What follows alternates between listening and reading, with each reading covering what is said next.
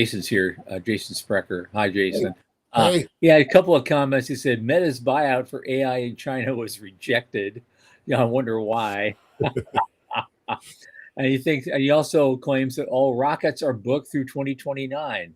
That would not surprise me if he's that's right true. about that. Jason's right about that. That there's definitely. I'm actually really worried if I'm going to get the flights I want for my stuff. Yep. Yep. Uh, I'm actually quite concerned about that. So there is really, for the first time ever, there's going to, well, that's the wrong way of looking at it. But there is a bottleneck. There is a bottleneck in Yep. flights right now. Yeah.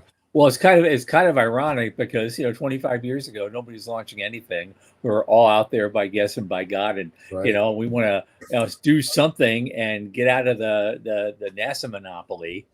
And now it's almost like, well, here we are again, except it's in the opposite way. There Right. are tons of commercial options now available to you, and guess what? They're all freaking booked Right. The through price is not 2029. So coming. The price is not sorry. coming down because the supply and demand. There's limited supply and nearly unlimited demand. So Was what those startups are saying.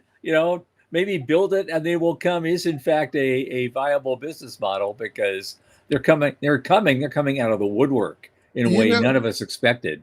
I got some pushback. I was chatting with an angel investor a couple days ago, and they asked for what are our revenue numbers and what are we generating in terms of income. Uh-huh. And I'm like, look, we're an infrastructure company. We're a toll booth company, which we're a toll bridge company. We do not get paid until the bridge is built. It's built. Right. And so they're coming at this from the perspective of software, right? Build it, Right. build Sure. a thing, get a minimum viable product. That's how they know how to evaluate things. But our whole industry is a toll bridge company. We only get paid when the thing works and is flying.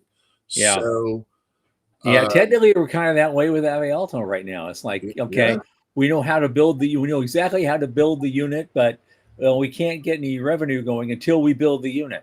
right. There are Yep. no half measures that you can monetize along the way. Nope. You build it or you don't. Yep. And so that's kind of where things are. So as we hit this bottleneck of flight capacity, there's going to be companies sitting on the edges wondering when they're going to fly. So yeah, it's going to be an interesting next couple of years.